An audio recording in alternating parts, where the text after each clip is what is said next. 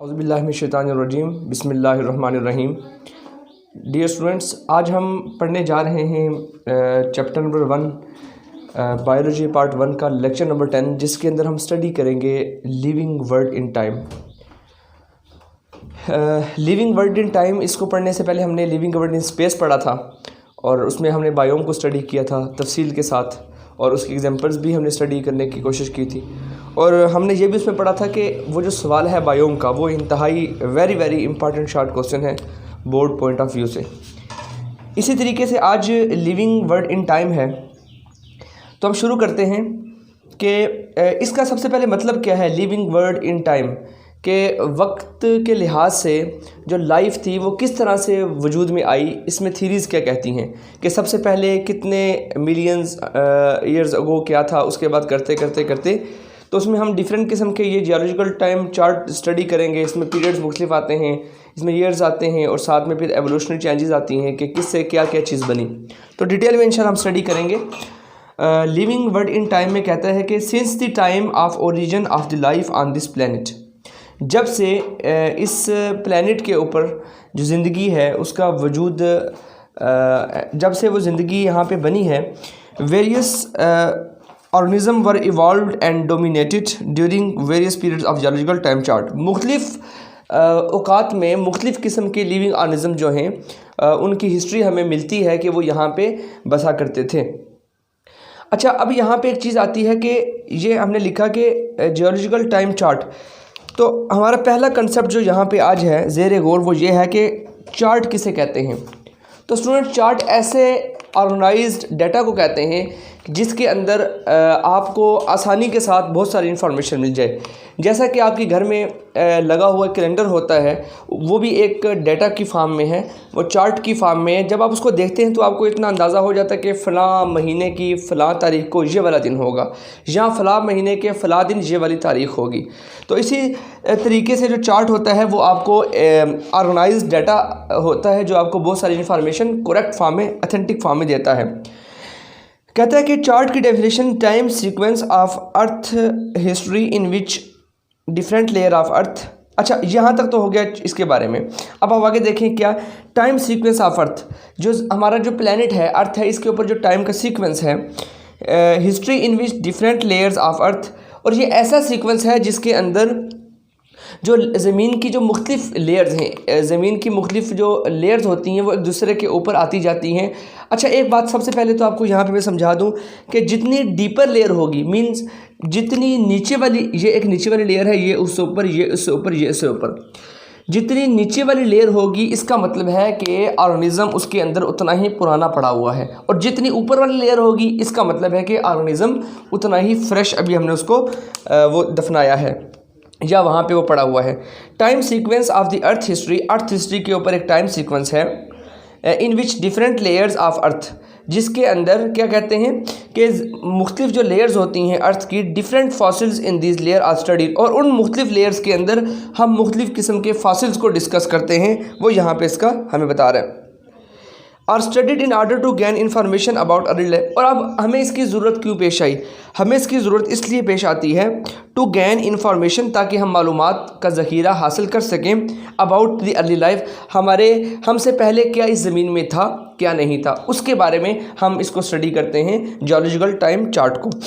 This allows biologist to place organism in time sequence. इस तरीके से हमें फ़ायदा ये होता है कि हमारे पास एक डाटा आ जाता है जिसकी जो बायोलॉजिस्ट को अलाउ करता है कि वो ऑर्गेनिज्म को एक टाइम सीक्वेंस में रख दे। मतलब जो पुराने ऑर्गेनिज्म थे उनको यहाँ फिर हम उनका एक चार्ट बनाते हैं, और वो चार्ट हम आज स्टडी करेंगे कि किस तरीके से बायोलॉजिस्ट ने इन्हीं अपनी जो इनकी इंफॉर्मेशन थी इसकी रोशनी में कितने 3000 मिलियन ईयर्स अगो वाले ऑर्गेनिज्म को भी उन्होंने अपने चार्ट में रखा, और करते करते वो 70 मिलियन ईयर्स अगो तक वो आए। मतलब 300 मिलियन ईयर्स अगो कहाँ पे है और 70 मिलियन कितना फासला है, इसके दरमियान लाइफ में क्या क्या चेंजिंग्स आई, कौन कौन से लिविंग ऑर्गेनिज्म आए, ये सारी बात उन्होंने इसी के तरीके से वो उन्होंने स्टडी की और यहाँ पे आपकी बुक में रख दी। अच्छा, अब सवाल ये पैदा होता है कि लिविंग वर्ल्ड इन टाइम को, यानी कि इस जियोलॉजिकल टाइम चार्ट को जब आप बनाते हैं तो कौन कौन से ऐसे तरीके हो सकते हैं जिनकी मदद लेके आप इसको बना सकते हैं। तो स्टूडेंट्स, पहला तरीका है सेडिमेंटेशन मेथड। सेडिमेंटेशन मेथड के ज़रिए से आप जियोलॉजिकल टाइम चार्ट को ड्रा कर सकते हैं, लाइफ हिस्ट्री जो है उसको आप यहाँ पे लिख सकते हैं। दूसरी आती है बाय रेडियो एक्टिव आइसोटोप। आप रेडियो एक्टिव आइसोटोप का इस्तेमाल करके भी ये अंदाज़ा लगा सकते हैं कि लाइफ हिस्ट्री जो प्लैनेट पे थी वो किस तरह से थी। अच्छा, अब सेडिमेंटेशन मेथड पे आते हैं। सबसे पहले हम स्टडी करेंगे कि इस सेडिमेंटेशन का मतलब क्या होता है। अच्छा स्टूडेंट, सेडिमेंटेशन का मतलब ये है कि ऐसी चीज़ जो किसी भी की तह में बैठ जाए। जैसा कि आप अगर एक गिलास में आप मिट्टी डालें और साथ में या सैंड आप डालें, साथ में पानी डाल लें, तो आप देखेंगे कि जो सैंड होती है वो आस्ता आस्ता वो नीचे की तरफ बैठ जाती है, तो उसे कहते हैं सेडिमेंट। वो सेडिमेंट बन गया। तो सेडिमेंटेशन मेथड भी इसी से निकला कि ज़मीन की तह जो होती है वो नीचे दब जाती है, उसके ऊपर वक्त गुजरने के साथ साथ दूसरी तह आ जाती है। दूसरी तह में जो फॉसिल्स होते हैं वो पहले वाले नहीं होते बल्कि और होते हैं। फिर तीसरी तह आती है, उसमें फॉसिल्स और होते हैं। चौथी तह आती है ज़मीन की, उसके ऊपर फॉसिल्स और। अब फॉसिल से क्या मुराद है? फॉसिल्स हमने पहले इस चैप्टर के पहले लेक्चर में स्टूडेंट्स हमने डिस्कस किया था कि फॉसिल्स कहते हैं निशानात को, डेड रिमेन्स को। जब एक लिविंग ऑर्गेनिज्म, चाहे वो प्लांट है, वो एनिमल है, ह्यूमन बीइंग है, जो भी है, जब वो उसकी डेथ होती है तो उसके बाद उसके बचा खुचा जो उसके जो बॉडी के पार्ट्स होते हैं, हड्डियाँ हो गई या कोई ऐसी चीज़, तो वो वहाँ पे ज़मीन में पड़ी। आप अक्सर कब्रिस्तान से गुजरते हैं तो आपने देखा होगा, अगर किसी कब्र का वो खुला हो दहाना, तो आपने देखा होगा कि वहाँ पे हड्डियाँ पड़ी होती हैं। कोई जानवर मर जाता है तो काफ़ी अरसे के बाद आपको उसकी हड्डियाँ मिलती हैं, वो फॉसिल्स बेसिकली होते हैं। तो वो ज़मीन की मुख्तलिफ तह में जाके वहाँ पे एडजस्ट हो जाते हैं, ऊपर एक और तह आ जाती है। फिर हम उन तहों को देख के, उन सेडिमेंट्स को देख के फिर हम अंदाज़ा लगाते हैं कि ये वाली तह जो थी इसकी इतने 100 साल पुरानी है, इससे ऊपर जो तह आई है वो इतने 100 साल पुरानी है। गोया कि जो सबसे नीचे वाली तह होगी, ये वाली ज़मीन की जो तह है, सपोज़ ये 500 साल पुरानी है और ये जो ऊपर है ये 50 साल पुरानी है। ठीक है, इस तरीके से हम इन दोनों की जो एज होगी हम उसको वो कर सकते हैं, बयान कर सकते हैं।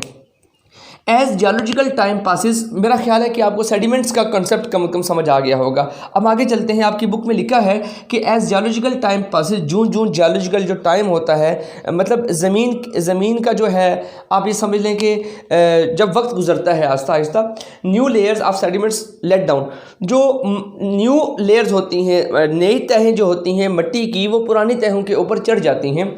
लेट डाउन वो आ जाती हैं न्यू लेयर्स। किसके ऊपर? पुरानी लेयर नीचे है, ऊपर नई लेयर आ गई, फिर उसके ऊपर नई लेयर आ गई, उसके ऊपर एक और नई लेयर आ गई। इस तरीके से काम चलता है।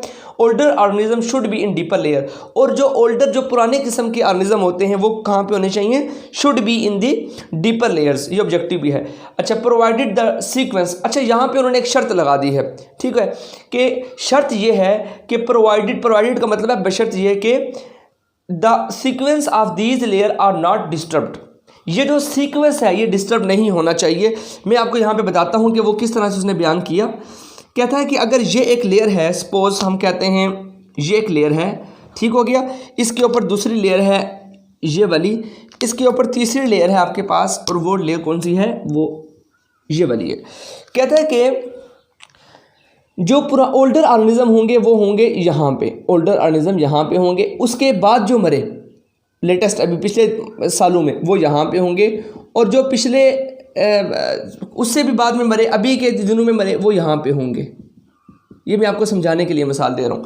शर्त ये है provided that the sequence of the layer are not disturbed. ये जो सीक्वेंस है लेयर की, बाज़ वक़्त ऐसे होता है, ज़लज़ला आता है तो होता क्या है कि ज़मीन की जो लेयर्स होती हैं वो ऐसे वो बदल जाती हैं, नीचे वाली लेयर ऊपर आ गई, ऊपर वाली नीचे आ गई, तो फिर उस वक्त आपके पास जो रिकॉर्ड होगा आप उसको वहाँ से हासिल नहीं कर सकते। शर्त ये होनी चाहिए कि जो ज़मीन के जो लेयर्स हैं वो अपनी जगह पे रहें। ठीक है, जैसे कि अभी हम यहाँ पे रह रहे हैं, हम ये ज़मीन की लेयर है। अब जब हम मरेंगे या लिविंग ऑर्गेनिज्म जब डेथ उनकी होगी तो वहाँ पे उनकी डेड बॉडीज़, उनके डेड रिमेन्स वहाँ पे पड़े होंगे, उनके बोटियाँ अपनी, उनकी हड्डियाँ वगैरह वहाँ पे होंगी। फिर आस्ता आस्ता वक्त गुजरने के साथ साथ एक और लेयर ऊपर आ जाएगी, 50-100 साल बाद आएगी, 100 साल बाद आएगी, जब भी आए उसके ऊपर आ जाएगी, फिर उसके ऊपर एक और लेयर आ जाएगी, इस तरीके से। लेकिन अगर वो पुरानी वाली लेयर ऊपर आ गई और ऊपर वाली नीचे चली गई तो फिर आप सोचें कि सारा रिकॉर्ड जो होगा वो डिस्टर्ब हो जाएगा, फिर आप इंफॉर्मेशन हासिल नहीं कर सकते, फिर आप जियोलॉजिकल टाइम चार्ट को ड्रा नहीं कर सकते। नेक्स्ट हम पढ़ते हैं radioactive isotopes. Radioactive isotope से क्या मुराद है? कहते हैं कि we can also determine the age of the rocks by comparing. अच्छा, यहाँ पे एक बात रहेगी सेडिमेंट्स के बारे में, वो ये है कि वो ये है कि जितनी भी आपके पास एज ऑफ रॉक है, अगर आप उसको मालूम करना चाहें, ठीक है, वो उतनी ही ज़्यादा होगी, इज़ डायरेक्टली प्रोपोर्शन टू, कितनी ज़्यादा होगी, जितनी नंबर ऑफ सेडिमेंट्स होंगे लेयर्स के। एज ऑफ रॉक या एज ऑफ फासिल आप समझ लें, एज ऑफ रॉक या एज ऑफ फासिल। अब मैं आपको समझाता हूँ कि मैंने क्या लिखा। वो ये कहता है कि जितनी फासिल की एज पुरानी है, जितनी फासिल की एज पुरानी है, उतना ही ज़्यादा उसकी उम्र भी, उसकी जो सेडिमेंट्स जो हैं वो इतने भी, fossil age is directly proportion to किसके, नंबर ऑफ सेडिमेंट्स। ये मैं यहाँ पे लिख रहा था, मैंने वाज़े करके लिखने की कोशिश की है। फॉसिल उतने पुराने होंगे जितनी डीपर उसकी लेयर्स होंगी, वो ये कहना चाह रहे हैं यहाँ पे। हम आगे चलते हैं बिला ताखिर रेडियो एक्टिव आइसोटोप्स के बारे में। ये दूसरा मेथड है हमारे पास कि हम रेडियो एक्टिव आइसोटोप्स के ज़रिए भी एज ऑफ फॉसिल को, या आप समझ लें कि जियोलॉजिकल टाइम चार्ट को ड्रा कर सकते हैं, टाइम सीक्वेंस को समझ सकते हैं। We can also determine the age of rocks by comparing the radioactive isotope the fossil content. अच्छा, होता यह है कि जो भी लेयर होती है, जो डीपर लेयर हो या उससे ऊपर वाली हो, उसके अंदर लिविंग ऑर्गेनिजम्स, हमने कहा कि वो बरीड होते हैं, उनका फॉसिल वहाँ मौजूद होता है, वहाँ पे उनके साथ रेडियो एक्टिव आइसोटोप्स भी होते हैं। अब होता क्या है, हम ये करते हैं कि अगर ये वाली एक लेयर है, यहाँ पे लिविंग ऑर्गेनिज्म था, तो सपोज उनके जो आइसोटोप हैं वो ये पड़े हुए, ये वाला आइसोटोप है उसका, ठीक हो गया। उसके बाद ये अगली लेयर है, उसका आइसोटोप यहाँ पे ये पड़ा हुआ है, ये इस वाली का आइसोटोप ये पड़ा हुआ है। हम करते क्या हैं, हम इन तीनों रेडियो एक्टिव आइसोटोप जो होते हैं 1, 2 और 3, इन तीनों रेडियो एक्टिव आइसोटोप्स को कंपेयर करते हैं। अब रेडियो एक्टिव आइसोटोप की प्रॉपर्टी ये होती है कि वो आइसोटोप, ऐसा रेडियो एक्टिव आइसोटोप वो होता है जो वक्त के साथ साथ अपने साइज़ में छोटा होता जाए और रेडिएशन निकालता जाए। जितनी उम्र उसकी ज़्यादा हो जाएगी उतना ही वो साइज़ में छोटा हो चुका होगा। तो यहाँ पे हम क्या करते हैं, उनकी आपस में कंपैरिजन करते हैं, रेडियो एक्टिव आइसोटोप्स का साइज़ देख के करते हैं। उस लिहाज से हम बताते हैं कि साइज़ जब हमारे पास आता है तो हम एज ऑफ फॉसिल को डिटरमिन कर सकते हैं। Age of fossil is inversely proportion to radioactive isotope. इसका मतलब ये है एज ऑफ फॉसिल उतनी ज़्यादा होगी जितना कम क्या होगा, रेडियो एक्टिव आइसोटोप होगा। मतलब उसका साइज जितना कम होगा उतनी फॉसिल की एज ज़्यादा होगी। स्टूडेंट्स, हम आगे चलते हैं। Comparison of these layer given by comparison of these layer given age indication of relative age of fossil. इस तरीके से आपको उसकी रिलेटिव एज पता लग जाती है। रिलेटिव एज का कहते हैं जब आप मवाजना करके किसी चीज़ को बताते हैं, दो चीज़ों को कंपेयर करते हैं। Found in the rocks, fossil found in the same layer have been alive during the same period of time. वो ये कहता है कि जो फॉसिल आपका पड़ा होगा एक ही लेयर के ऊपर, इसका मतलब ये है कि उस फॉसिल, सपोज ये देखें, अगर ये एक ज़मीन की लेयर है, एक फॉसिल आपको यहाँ से मिला, एक यहाँ से मिला, तो आप अंदाज़ा लगा सकते हैं कि इन दोनों का टाइम क्या होगा, इन दोनों का टाइम पीरियड सेम होगा। इसके बाद हम आगे चलते हैं जियोलॉजिकल टाइम चार्ट के बारे में। अच्छा, जियोलॉजिकल टाइम चार्ट के बारे में वो बड़ी एक मज़े की बात कहता है कि उसने बड़ी ही अच्छे अंदाज में पूरे के पूरे चार्ट को यहाँ पे डिस्क्राइब कर दिया बुक के ऊपर। हम इसको देखते हैं कि इस टाइम के 4 एरा हैं। पहला एरा है इसका सीनोज़ोइक एरा, जो लेटेस्ट तरीन है। फिर उससे पहले था मेसोज़ोइक। हम यहाँ से शुरू करते हैं। Proterozoic era, Palaeozoic era, Mesozoic और सीनोज़ोइक एरा। ये 4 एरा आते हैं हमारे पास, जिसके अंदर उसने क्या वो बताने की कोशिश की है कि मुख्तलिफ़ किस्म के लिविंग ऑर्गेनिज्म के बारे में बताने की कोशिश कर रहा है। कहते हैं कि प्रोटेरोज़ोइक, उसके बाद इसके पीरियड्स आते हैं। अच्छा, ये आपको अंदाज़ा होना चाहिए कि मैंने लिखा क्या है। पीरियड इसके 2 हैं। सीनोज़ोइक एरा के क्वाटरनरी और टर्शरी 2 हैं। मेसोज़ोइक एरा के 3 हैं। पैलियोज़ोइक एरा के 1, 2, 3, 4, 5, 6 हैं। और इसके कितने हो गए, इसका कोई भी पीरियड यहाँ पे मेंशन नहीं है। अब कितने मिलियंस ईयर्स अगो, ये जो था प्रोटेरोज़ोइक एरा, ये 2000 मिलियन ईयर्स अगो की बात है। पैलियोज़ोइक एरा कब का था उसके बारे में ये डेट्स लिखी हैं मुख्तलिफ, हर एक के पीरियड की मुख्तलिफ डेट आती है, हर एक की मुख्तलिफ। जैसे ये देखिए कार्बोनिफेरस का 350 मिलियन ईयर्स अगो। अच्छा, उसके बाद मेसोज़ोइक एरा के पीरियड हैं, उनके ईयर्स हैं और सीनो। अब हम इसको बाकायदा पढ़ते हैं। सबसे पहले प्रोटेरोज़ोइक एरा कहता है कि इसके अंदर कोई भी पीरियड मेंशन नहीं है, पता नहीं है कि कौन सा पीरियड यहाँ पे था, लैक ऑफ इंफॉर्मेशन है। कितने मिलियन ईयर्स अगो था, 2000 मिलियन ईयर्स अगो था ये, ठीक है। अच्छा, इसमें क्या क्या थे, इसमें एल्गी थे, सिंपल फंजाई थे, और साथ में उसने यहाँ पे आर्कियोबैक्टीरिया का जिक्र है कि 3000, इसमें इससे भी पहले एक आता है वो है 3000 मिलियन ईयर्स अगो, और यहाँ पे क्या था, बैक्टीरिया था जिसका नाम था आर्कियोबैक्टीरिया। ये यहाँ से ज़िंदगी का वजूद वो हुआ, ये शुरू हुआ, ये थ्योरी कहती है, बायोलॉजिस्ट कहते हैं। तो उसके बाद क्या था, प्रोटोजोइक एरा 2000 मिलियन ईयर्स अगो, और वहाँ पे कौन कौन से लिविंग एवोल्यूशनरी चेंजेस का मतलब है वहाँ पे किस किस्म के लिविंग ऑर्गेनिज्म थे, एल्गी था और फंजाई था। फिर पैलियोजोइक एरा हमारे पास दूसरे वाला आता है, ठीक है। उसमें कौन कौन से थे, उसमें हमारे पास पीरियड में आते हैं 6। परमियन था 270 मिलियन ईयर्स अगो, और वहाँ पे कौन से लिविंग ऑर्गेनिज्म थे, डिफरेंट टाइप ऑफ रेप्टाइल। इसको अगर हम सीक्वेंस से पढ़ें तो फिर हमें यहाँ से शुरू करना पड़ेगा। अब ये देखें, ये हम आस्ता आस्ता अभी मौजूदा प्रेजेंट अपने उसके करीब आ रहे हैं। 3000 मिलियन ईयर्स अगो, फिर 2000, 600, 500, 440 करते करते 70, हम करीब के वक्त की तरफ आ रहे हैं। तो लिहाजा हमने इस पूरे टाइम चार्ट में आपने ये देखना है, जो जो आप ऊपर की जानिब जाएंगे ऐसे ऊपर करके, ठीक है, तो आप के पास जो लिविंग ऑर्गेनिज्म है उनकी डाइवर्सिटी बढ़ती जाएगी, वो कॉम्प्लेक्स किस्म के बनते जाएंगे। देखें, यहाँ पे बैक्टीरिया था और यहाँ पे क्या आगे, मैमल्स आ गए, ह्यूमन आ गए, बर्ड्स आ गए, इंसेक्ट आ गए, मतलब ऊपर जा रहे हैं तो डेवलपमेंट हो रही है। अच्छा, इसका मतलब है नीचे वाली चीज़ काफ़ी पुरानी है। वो ये कहता है कि कैम्ब्रियन के बारे में 600 मिलियन ईयर अगो था, उसमें वहाँ पे देखा गया कि इनवर्टिब्रेट्स ओरिजिन है कैम्ब्रियन का। अच्छा, आपकी बुक में जितना लिखा हुआ है सिर्फ उतना बता रहा हूँ, बाज़ औक़ात ये लॉन्ग क्वेश्चन आ सकता है लेकिन बहुत कम, शार्ट के तौर पे भी बहुत कम ही पूछा जाता है, लेकिन बुक में मेंशन है तो लिहाजा इसलिए हम इसको कर रहे हैं।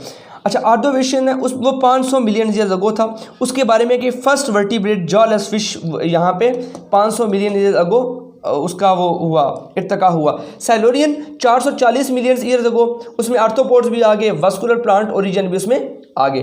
फिर पैलियोजोइक एरा का जो पीरियड है वो है डिवोनियन, 400 मिलियन ईयर्स अगो की बात है, उसमें फर्स्ट एम्फीबियन देखा गया और इंसेक्ट्स वहाँ पे पाए गए। कार्बोनिफेरस के बारे में बात करें तो 350 million years ago first seed plant, उस प्लस रेप्टाइल, यहाँ पे रेप्टाइल्स भी आ गए थे और पहला सीड प्लांट जिम्नोस्पर्म में आप समझ लेंगे यहाँ पे आ गया था। अच्छा, फिर वो कहता है कि परमियन के बारे में 270 मिलियन ईयर्स अगो की बात है, डिफरेंट टाइप ऑफ, अब देखिए यहाँ पे एम्फीबियन थे, फिर यहाँ पे रेप्टाइल आए, अब यहाँ पे डिफरेंट टाइप ऑफ रेप्टाइल्स आ गए। अच्छा, ऊपर चलते हैं। अब ट्रायसिक में कहता है 250 मिलियन से अगो डायनासोर्स थे, बर्ड्स थे और मैमल्स थे। अच्छा, डायनासोर्स यहाँ पे डोमिनेंट नहीं थे बल्कि थोड़े से उनका वजूद आया था, उनको देखा गया था। Jurassic 180 million years ago dinosaurs. अब जुरासिक आपने अक्सर मूवीज़ देखी होंगी, ये जो होती हैं इंग्लिश मूवीज़, वहाँ पे जुरासिक में आपने अक्सर देखा होगा कि वहाँ पे डायनासोर्स के बारे में ज़्यादा वो मूवीज़ होती हैं, तो वो नाम भी उसी पीरियड से रखा गया। जुरासिक पीरियड के अंदर जो कि 180 मिलियन ईयर्स अगो था, वहाँ पे डायनासोर जो थे वो बहुत ज़्यादा देखे गए। अच्छा, फिर क्रीटाशियस में क्या देखा गया, 135 मिलियन ईयर्स अगो डायनासोर्स ख़त्म हो गए, एंजियोस्पर्म वहाँ पे नज़र आना शुरू हो गए। और हमारे पास आखिरी जो पीरियड आता है वो है सीनोज़ोइक एरा। उसमें हमारे पास दो किस्म के पीरियड आते हैं, एक पीरियड का नाम है क्वाटरनरी, एक का नाम है क्वाटरनरी और एक का नाम है टर्शरी। अच्छा, इन दोनों के ईयर जो हैं बुक पे सेम लिखे हुए, 70 मिलियन ईयर्स अगो वहाँ पे क्या क्या था, इंसेक्ट भी थे, ह्यूमन भी थे, बर्ड्स भी थे, मैमल भी थे और एंजियोस्पर्म भी थे। तो स्टूडेंट्स, आपने ये देखा जो जो आप ऊपर की जानिब जा रहे हैं डेवलपमेंट बढ़ती जा रही है। तो ये था हमारा आज का टॉपिक। इसको हम एक बार हेडिंग को समराइज़ करने की कोशिश करते हैं। लिविंग वर्ड इन टाइम क्या था, किस तरह उसका मतलब क्या होता है, जियोलॉजिकल टाइम चार्ट से क्या मुराद है, टाइम सीक्वेंस किसे कहते हैं, किस तरीके से, अच्छा टाइम सीक्वेंस को आप मेजर क्यों करते हैं, जियोलॉजिकल टाइम चार्ट को ड्रा क्यों करते हैं, उसका आपको फ़ायदा क्या होता है, फिर कौन कौन से दो मेथड हैं जिसके ज़रिए से आप ये काम कर सकते हैं। सेडिमेंटेशन मेथड है, उसमें हमने पढ़ा कि फासिल की एज ज़्यादा होगी जितनी नंबर ऑफ सेडिमेंट्स लेयर ज़्यादा होंगी, जितनी डीपर होगी उसके हिसाब से हमने पढ़ा। रेडियो एक्टिव आइसोटोप के से हम किस तरह कर सकते हैं वो हमने पढ़ा। फिर हमने कंपैरिजन पढ़ा कि एक ही तह के अंदर पाए जाने वाले फासिल की उम्रें सेम होंगी। फिर जियोलॉजिकल टाइम चार्ट को हमने स्टडी करने की कोशिश की। तो स्टूडेंट्स, आज के लिए इतना ही, इजाज़त चाहता हूँ। अल्लाह हाफ़िज़।